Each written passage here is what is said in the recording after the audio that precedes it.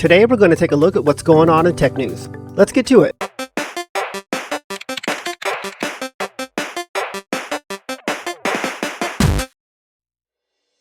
Bethesda's dropped a new beta version of the upcoming Starfield update, and along with the ever-growing bug fix list, they also dropped a video that showed off some pretty interesting changes.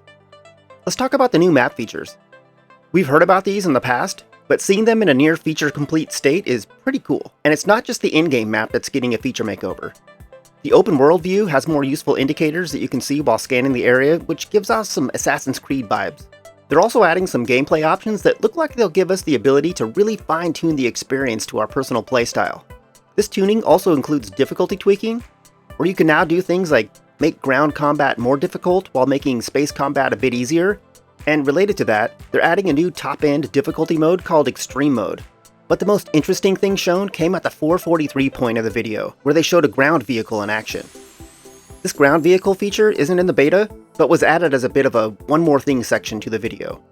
We hopped on the beta here, and while we're not sure if these updates are enough to bring us back for another playthrough just quite yet, it's great to see Bethesda casting a wide net for what they plan on bringing to the game. You can check the beta out now on Steam by joining Starfield's beta channel. Microsoft announced that their upcoming Xbox Game Showcase would be held on June 9th, and they had a little fun with the recent court cases they went through last year in the announcement. They said that the showcase would be like last year's double feature, where immediately following the showcase, we'll be airing a special deep dive into the next installment of a beloved franchise. We can't say much, so for now we're calling it the Xbox Game Showcase followed by Blacked Out Direct. And you'll notice that there actually is a blacked out section, and highlighting it reveals the word redacted. This is likely a reference to all the unredacted information that we got last year in the FTC versus Xbox court document leaks. If that is the case, it's nice to see Microsoft finding some humor in what was otherwise one of the largest leaks in recent memory.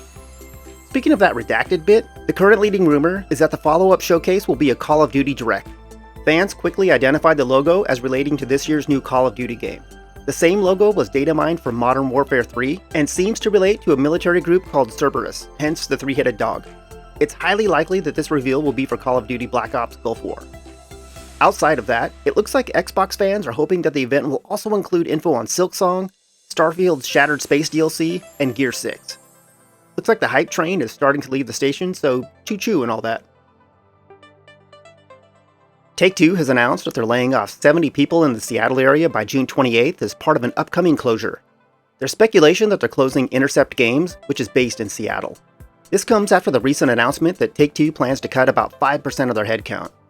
The suspicions that Intercept Game was the studio in question were fueled by a since-removed social media post that was made by an Intercept employee who has already been let go. In a statement obtained by GameDeveloper.com, Take-Two addressed the rumors in typical corporate fashion. They neither confirmed nor denied that Intercept Games is being closed, but they did call out that Kerbal Space Program 2 will be okay. The official statement is a sight to behold. On April 16th, Take-Two announced a cost-cutting reduction program to identify efficiencies across its business and enhance the company's margin profile, while still investing for growth. As part of these efforts, the company is rationalizing its pipeline and eliminating several projects in development and streamlining its organizational structure, which will eliminate headcount and reduce future hiring needs. The company is not providing additional details on this program. That's some of the most highly refined corporate speak that I've ever seen. If I didn't know any better, I'd almost think that this was generated by AI. Let's just ask Copilot to write us up a layoff notice and see what we get. And, But there's a part 2 to this story. Bloomberg's Jason Schreier is reporting that Take-Two's layoffs are also hitting London-based Roll7, the studio who made Roller Dome.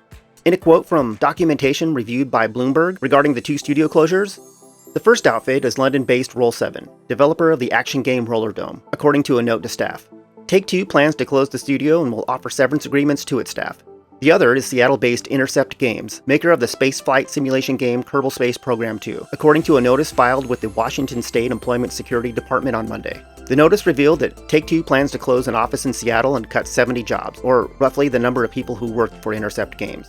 Our hearts go out to individuals and families affected by what is most likely simple corporate greed.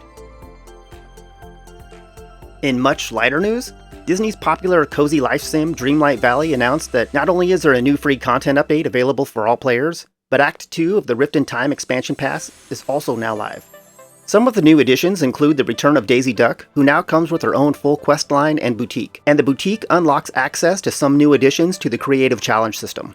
The update also adds a new Star Path that offers up new Disney Park-inspired rewards, attractions, a new animal companion, and more. Social interactions are also getting an update. Characters that you unlock will now send gifts to your mailbox, and most of the in-game solo activities can now be done with friends. Also, you can now ride some of the attractions, and this includes any that you picked up from last year's Star Path. The update also comes with a long list of changes, stability, and bug fixes. Oh, and the end of the video shows Oswald, who will be available to unlock and comes with its own quest line. We've been playing Dreamlight Valley since launch, and it's a decent little life sim along the lines of Animal Crossing, so we're happy to see it getting more updates.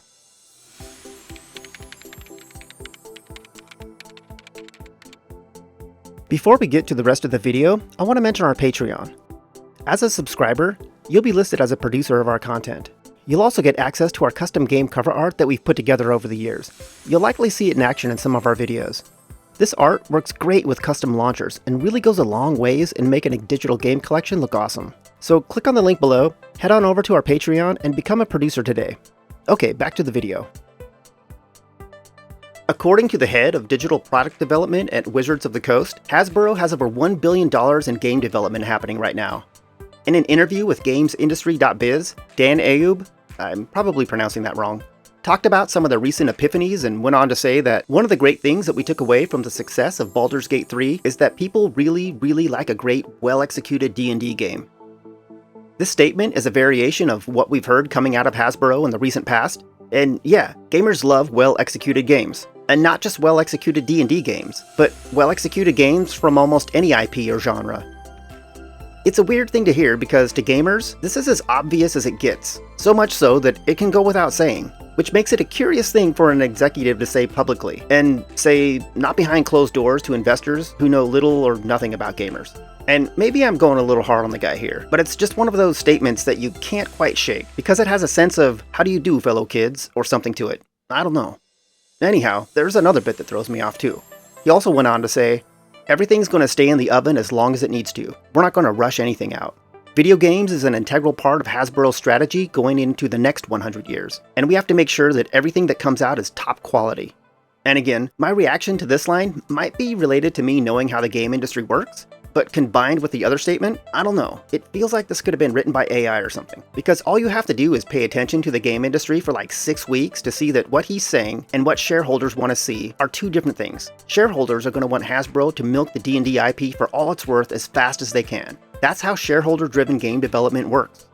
So I'm super interested to see where they go with this, because some variation of this statement has existed at every game company since the dawn of video games, and it's actually a somewhat rare occurrence when a game gets to take the time it needs to release, because for every Baldur's Gate 3, there's 5 Halo Infinites and 10 Battlefield 2042s not too far behind. Industry analyst Matt Piscatella took to social media with some interesting information about Helldivers 2 and the effect that PC gaming has had on the game. According to the post, Helldivers 2 is Sony's 7th highest grossing game of all time. And while that's a pretty amazing point on its own, he goes on to say that without PC, it wouldn't even rank in the top 20. This is great to see, because we've been PC first here at Overload headquarters for a long time. Long enough to live through multiple eras of it being claimed that PC gaming is dead. In our time in the industry, we've worked directly with gaming groups who've gone out of their way to avoid PC game development, because that's not where the money was, as the story went. And while PC gamers were always treated like second-class gaming citizens, we stuck with it, because we've always known the value of the PC. It's super versatile, can be upgraded for years, and it has one of the largest backward-compatible libraries in all of gaming. Anyhow, I'm way off track, but you get the point. Matt went on to say that Helldivers 2 has ranked first in US MAU, or monthly active users, on Steam since launch, which is also a massive success metric. He also pointed out that calling out the success of the PC SKU shouldn't take away from the fact that the PlayStation SKU has also been very successful. So here's another congrats to the gang who worked on and continue to work on Helldivers 2. And finally, what I believe is an attempt to get Bethesda to release a next-gen update for Morrowind and break even more things. The team over at Skywind released a 30-minute video detailing their latest progress, and it's pretty impressive. If you're unfamiliar, Skywind is a mod that's remaking Morrowind in Skyrim, which is a massive undertaking. The team of volunteer modders has been at it for 13 years now, and while 13 years seems like a long time, and it is, keep in mind that Morrowind has close to 13,000 art assets, 3,000 NPCs, hundreds, maybe thousands of points of interest, and hundreds of other things like quests and animations. What you're seeing here was done by volunteers in their spare time. But the mod isn't just doing a one-to-one asset port.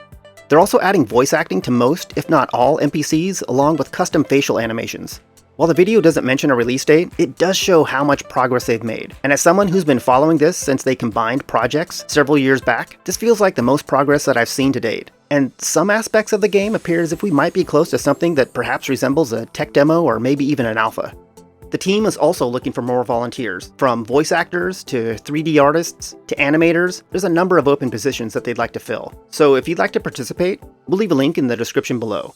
We'll also leave a link to the Arcane University below as well. It's a great resource for modders and game industry professionals who want to learn or improve their game modding and development skills.